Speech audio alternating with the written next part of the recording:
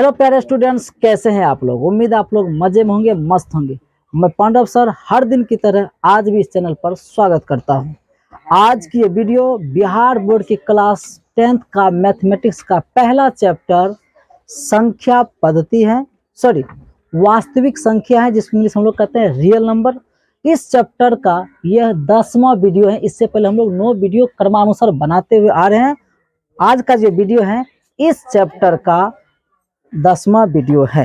जो भी विद्यार्थी हमारे उस वीडियो को नहीं देखे हैं, आप जाके पहले उस वीडियो को देख ले ताकि आपको बेहतर से समझ में आ सके। तो चलिए बिना समय गवाए आज का क्लास स्टार्ट करते हैं।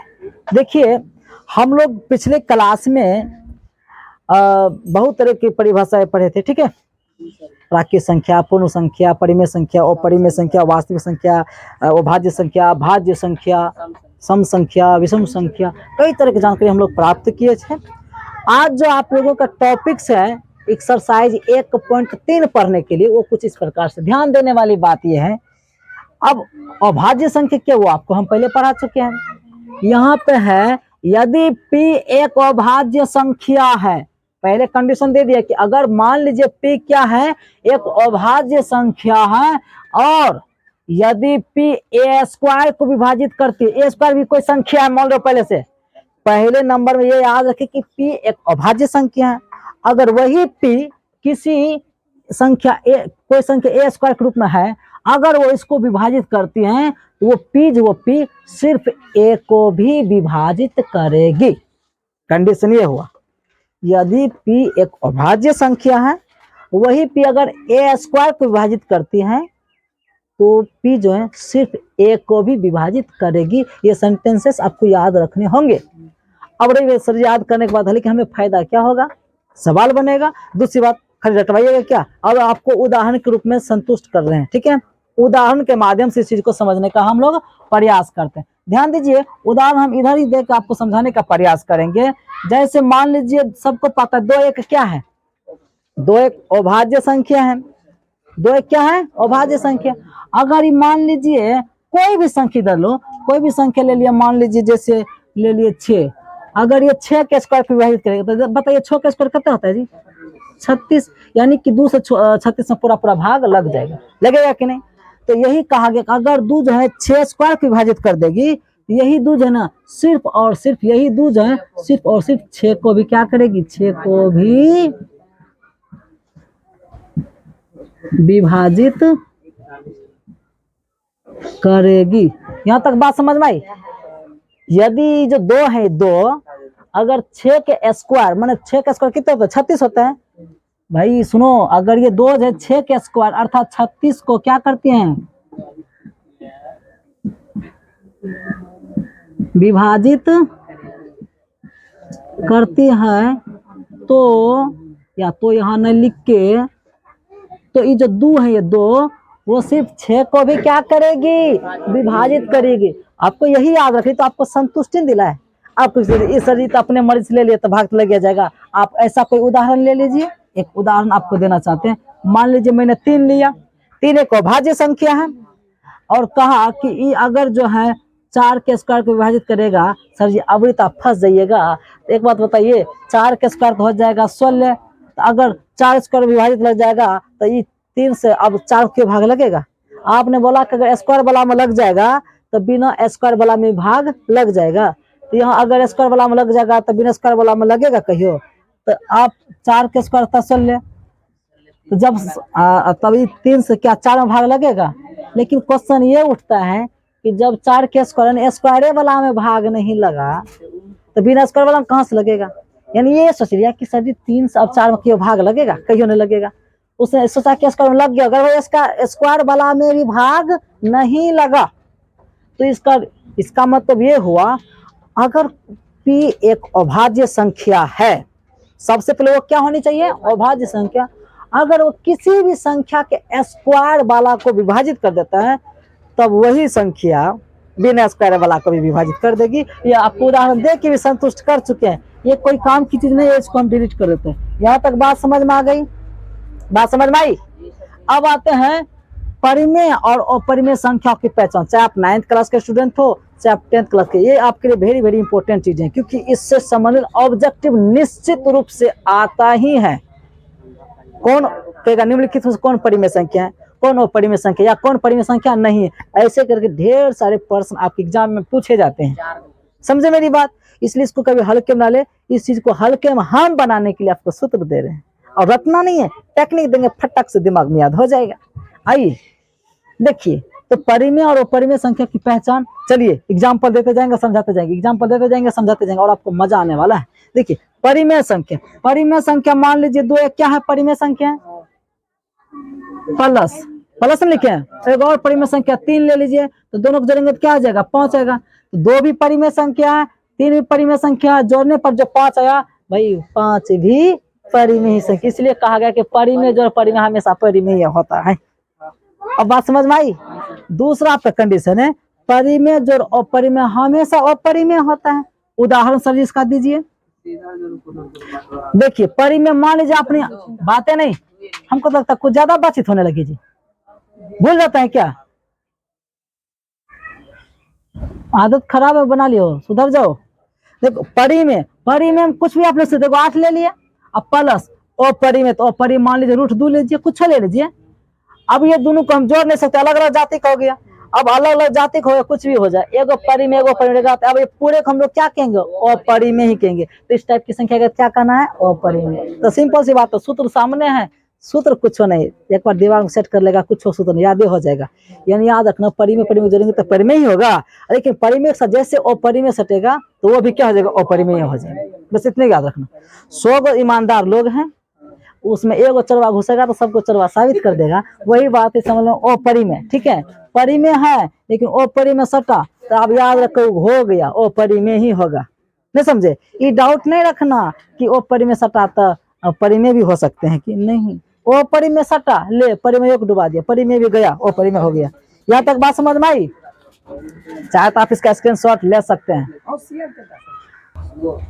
अब समझिए यहाँ पर अपरिमेय जो अपरिमेय, देखो जब एक परिमेय था एक अपरिमेय था तो भी अपरिमेय हुआ, जब दोनों अपरिमेय रहेगा तब तो और स्पष्ट रूप से क्या होगा, अपरिमेय। मैंने पहले एगो चौर था, अब दोनों चौरे हैं, तो स्वाभाविक क्या होगा, चौरे होगा, मैंने चौरे होगा, अर्थात अपरिमेय और अपरिमेय क्या होगा, अपरिमेय ही होगा। आप यहाँ पे एग्जाम्पल अगर इसका लेना चाहे तो मान लीजिए √2 लिया, एक क्या अपरिमेय है, यहाँ पर लिया √5, ये भी क्या अपरिमेय, तो दोनों मिलकर भी क्या रह जाएगा, अपरिमेय ही रह जाएगा। यानी समझो इस टाइप का कहीं भी दिए एग्जाम में तो कह देने कैसी संख्या है, अपरिमेय संख्या है। चले आगे बढ़ते हैं, इसका अगर एग्जाम्पल है परिमेय जो परिमेय घटा अपरिमेय। देखो जब दोनों फिर परिमेय रहेगा तो परिमेय होगा, ये तो स्पष्ट है। अगर 2 इंसान रहेगा तो इंसान ही रह जाएगा जी। तो स्वाभाविक है कि इसका उदाहरण लीजिए 5 एक परिमेय संख्या है, 5 एक परिमेय संख्या है, और दूसरी परिमेय संख्या मैंने क्या लिया 3, घटाएंगे 3 निकलेगा 2, तो 2 भी एक परिमेय संख्या है। यही रीजन है। अगला आपका टॉपिक्स है एगो परिमेय और एगो अपरिमेय, तो वह खिस्सा, वही खिस्सा अपरिमेय आया तो बस हो गया, अपरिमेय अब होगा ही, ये भी क्या होगा अपरिमेय ही। उदाहरण मैंने लिया 2 एक परिमेय संख्या है, लेकिन अब घटा में कुछ यहाँ ली √5, ये हो गया अपरिमेय। तो एगो परिमेय एगो अपरिमेय दोनों मिलकर अब क्या कहलाएगी, अपरिमेय संख्या ही कहलाएगी। मने मन काम आराम समझो, बैठो यहाँ पे समझो। अब यहाँ पे दोनों अगर अपरिमेय ही तो, अरे भाई जब दोनों अपरिमेय तो अपरिमेय ही होता है, कितने बार की बात को बताएं। यहाँ पे क्या हो जाएगा, यहाँ पे हो जाएगा यहाँ पे हो जाएगा मैंने लिया √2 घटा लिया √3, ये क्या है, अपरिमेय संख्या है। और एग्जाम्पल लीजिए एगो परिमेय एगो परिमेय लेकिन गुना के रूप में रहे तो भी क्या होगा, परिमेय ही होगा। 5 एक परिमेय संख्या है, 5 एक परिमेय संख्या है।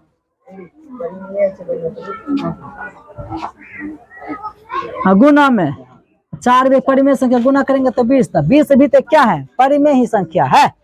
चलिए यहाँ तक बात समझ में आ गई तो आप इसका स्क्रीनशॉट ले सकते हैं। परिमेय गुना अपरिमेय भाई हमेशा क्या होगा, अपरिमेय ही होगा। जैसे इसका एग्जाम्पल देखा जाए तो 2 एक क्या है, परिमेय है, और गुना में इसके साथ क्या लीजिए, एगो ले लीजिए √5, तो दोनों गुना करेंगे हो जाएगा 2√5। भाई 2√5 भी एक क्या है, अपरिमेय संख्या ही है। आपका अपरिमेय गुना अपरिमेय क्या होता है, अपरिमेय ही होता है। जैसे एग्जाम्पल लीजिए रूट आपने 2 लिया, क्या लिया 2, रूट 3 लिया तो क्या हो गया रूट 6। तो रूट 6 भी क्या है अपरिमेय है। लेकिन यहाँ पर कुछ कंडीशन है, कभी कभी अपरिमेय गुना अपरिमेय परिमेय हो जाता है। रीजन आपको जस्ट इसके बाद बतलाने वाले हैं। चलिए फिर एक अपरिमेय रहेगा, एक अपरिमेय रहेगा तो भाई सब वो हमेशा क्या आता है अपरिमेय ही होता है। मतलब दोनों परिमेय रहेगा तब तो परिमेय होगा। मान लीजिए भाग का मतलब बटे भी होता है ना। मान लीजिए 3 एक क्या है परिमेय बटे, अरे भाग का मतलब बटे होता है, बटे में दे दिया आप कुछ वो 4 तो क्या हो गया परिमेय, क्योंकि जिसे हम p बटे q के रूप में लिख सकते हैं उसे हम लोग क्या कहते हैं परिमेय संख्या कहते हैं। यहाँ तक बात समझ में आ गई। अब यहाँ तक जब बात समझ में आ गई तब अगला एग्जाम्पल देखिए, एगो परिमेय है भाग में अपरिमेय है तो वो हमेशा क्या कहलाते हैं अपरिमेय। जैसे मान लीजिए एक क्या है परिमेय है, बटे में दे दिया रूट 2 तो रूट 2 तो अपरिमेय है, तो परिमेय बटे अपरिमेय तो ये पूरे आप जानते क्या कहलाएगा अपरिमेय। ऐसा एग्जाम में पूछे जाते हैं जी, एकदम पूछे जाते हैं, 3-4 नंबर के इससे प्रश्न पूछे जाते हैं।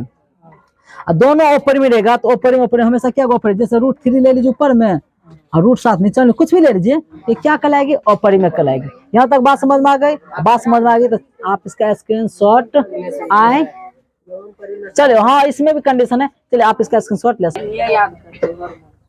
अब देखिए कभी कभी अपरिमेय गुना अपरिमेय परिमेय भी हो जाता है। अब समझने के वास्ते आप सबको मालूम है, एक एग्जांपल देते, ध्यान दीजिएगा, हम ध्यान देने वाली बात है, गुना करने जा रहे हैं, ठीक है। हम सबको मालूम है कि कुछ ऐसा एग्जांपल लेते हैं जो ऑलरेडी पहले से क्या है अपरिमेय है, देखिएगा गुना करेंगे तो परिमेय हो जाएगा। तो लोचा क्या है वो ये है, हम सबको पता है रूट 3 क्या है एक अपरिमेय संख्या, ये क्या है फिर से रूट 3 क्या है एक अपरिमेय संख्या।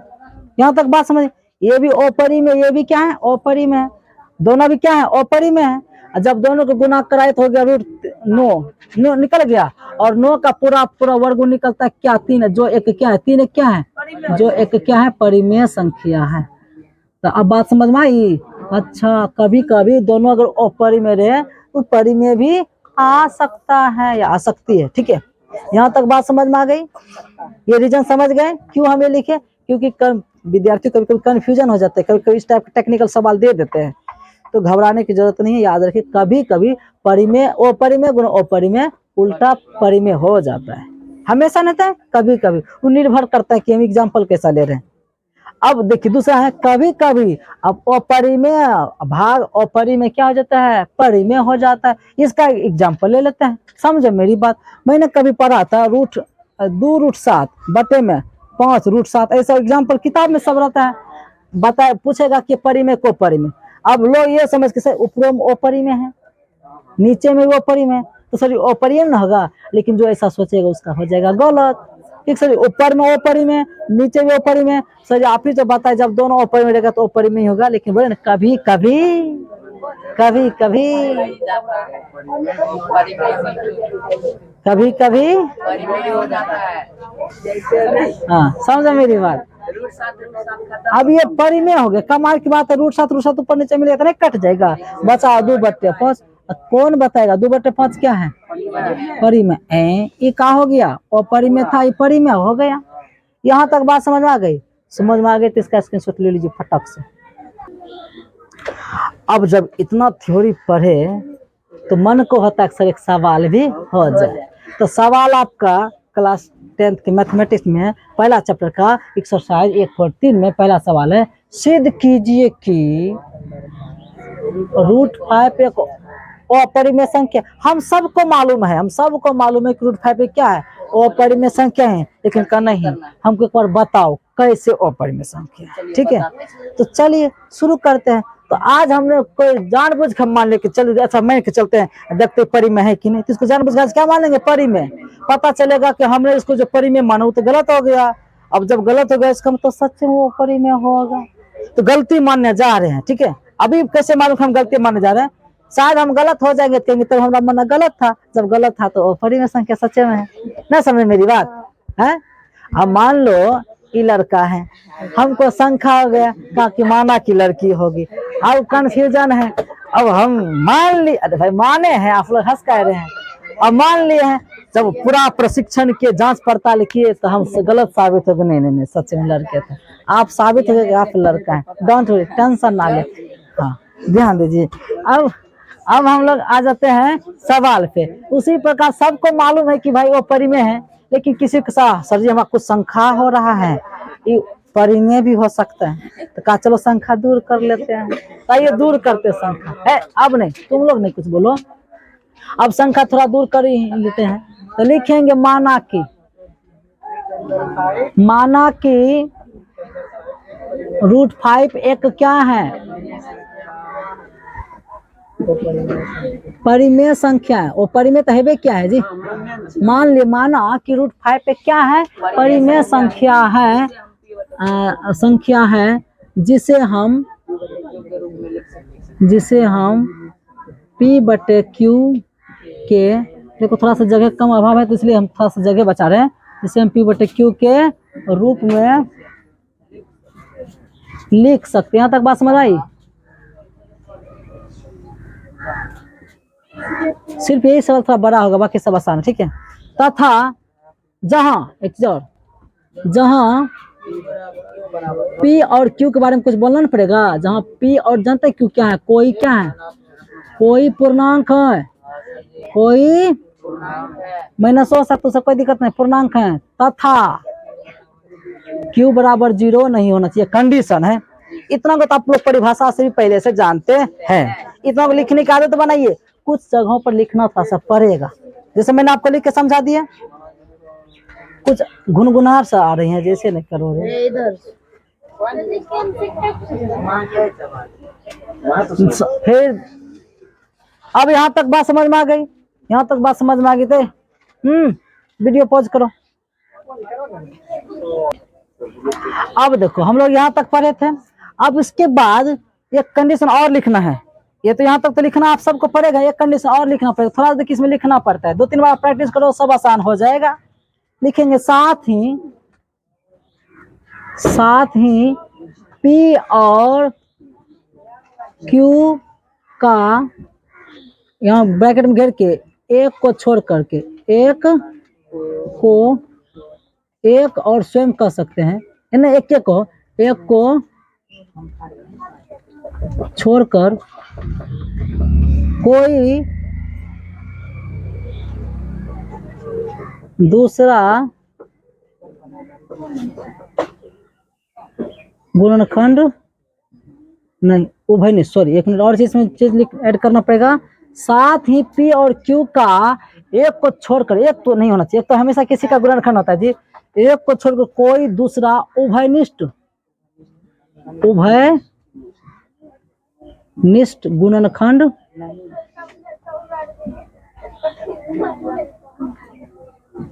उभयनिष्ठ गुणनखंड का मतलब जो दोनों में आता हो। उभयनिष्ठ गुणनखंड का मतलब क्या, जो दोनों में आता हो। जैसे उदाहरण के लिए हम लिए 8/6, इसमें उभयनिष्ठ गुणनखंड छिपा हुआ है। वो क्या छिपा हुआ, आप 8 को लिख सकते हैं 2 गुना 4, और 6 का आप लिख सकते हैं 2 गुना 3, तो 2 दोनों छिपा हुआ था कि नहीं, यही 2 को क्या कहता हूँ, उभयनिष्ठ गुणनखंड, जो दोनों में एक ही चीज छिपा हुआ था। तो मैंने साथ साथ ये मान लिए कि भाई P/Q के रूप में तो लिख सकते हैं, लेकिन ये ध्यान दें कि P/Q अर्थात P और Q में कोई दूसरा, एक को छोड़ करके कोई दूसरा उभयनिष्ठ गुणनखंड नहीं। मैंने एक क्लियर पहले कर दिए। यहाँ तक बात समझ में आ गई? चलिए अब यहाँ तक जब बात समझ में आ गई तो अब आगे बढ़ते हैं। लिखेंगे तब जब आपने खुद माना कि √5 पे क्या है, परिमेय संख्या जिसमें P/Q के रूप में, P/Q लिखिएगा। अब इसके नीचे ने कुछ अपना सेक दीजिएगा।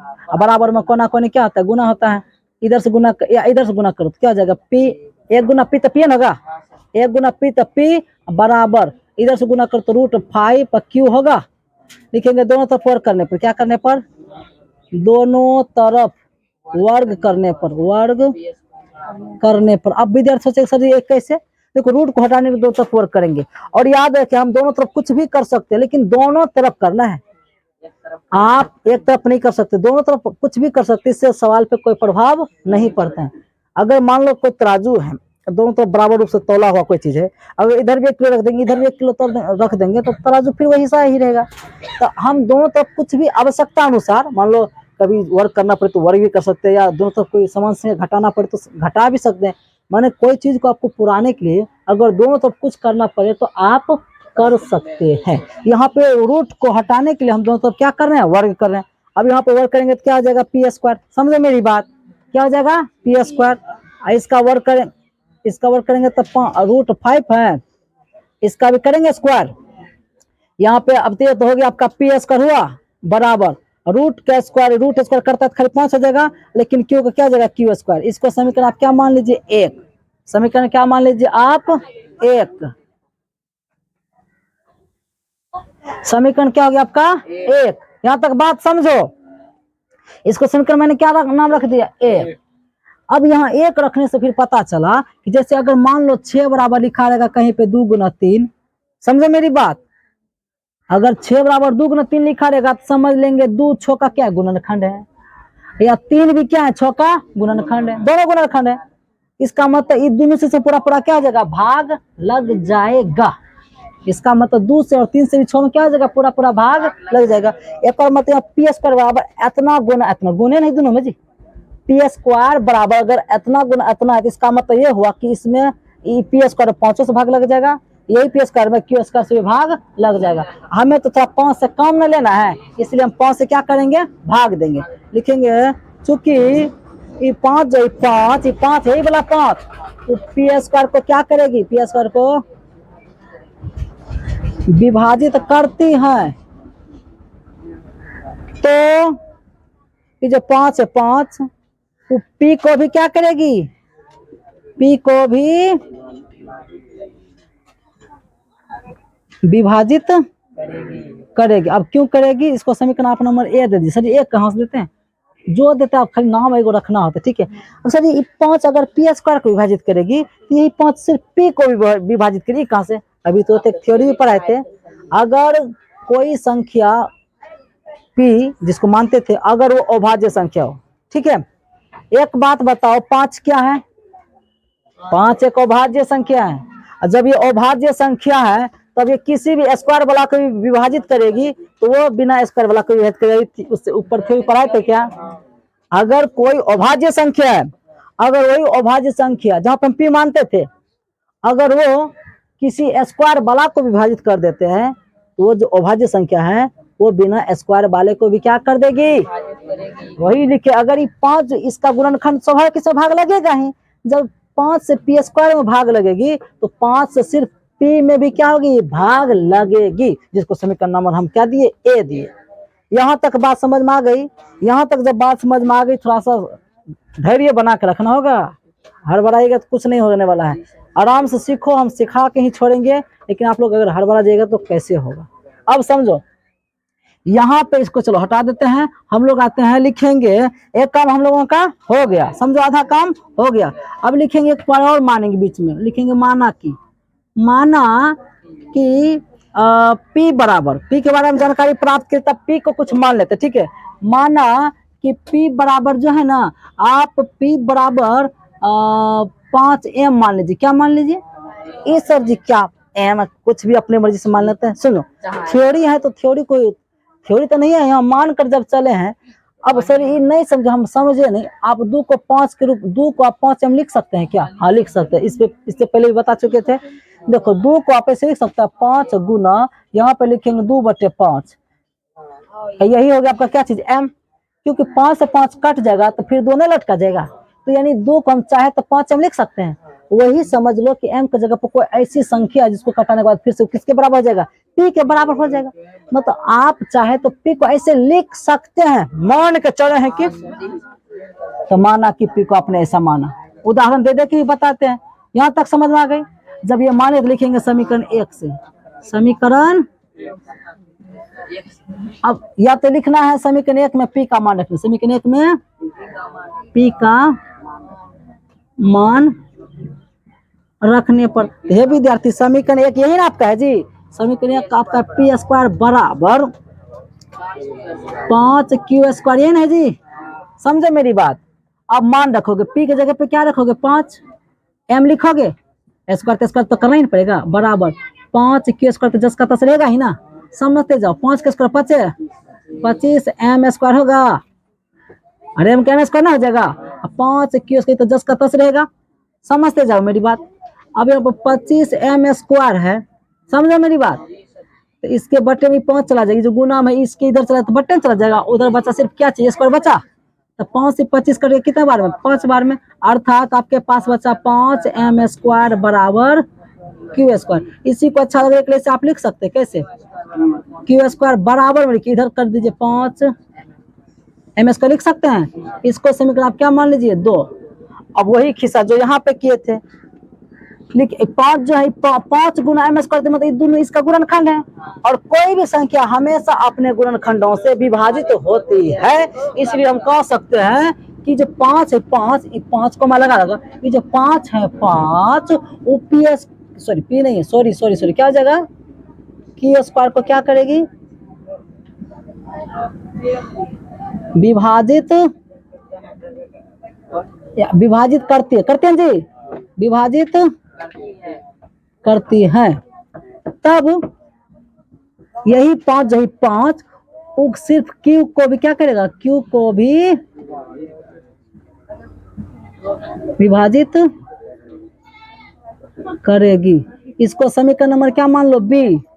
सर जी कहीं A कहीं 2 कहीं A या B, क्या है ये भाषा वाला को मैंने एक जगह A मान लिया, भाषा वाले की जगह क्या मान लिया B। अब यहीं से लास्ट है, बस धैर्य बना के रखिए, लिखेंगे समीकरण, बात नहीं आप लोग ना मत बोलिए, समीकरण A तथा B से, समीकरण A तथा B से स्पष्ट है कि, स्पष्ट है कि P तथा Q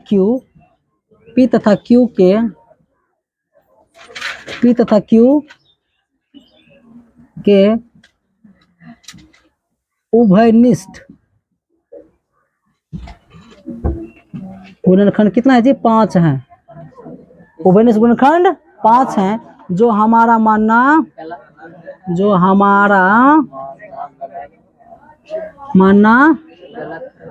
गलत था। गलत कैसे हम लोग जानते हैं, देखो हमने शुरू माने थे कि साथ ही P और Q का एक को छोड़कर कोई दूसरा उभयनिष्ठ गुणनखंड नहीं है।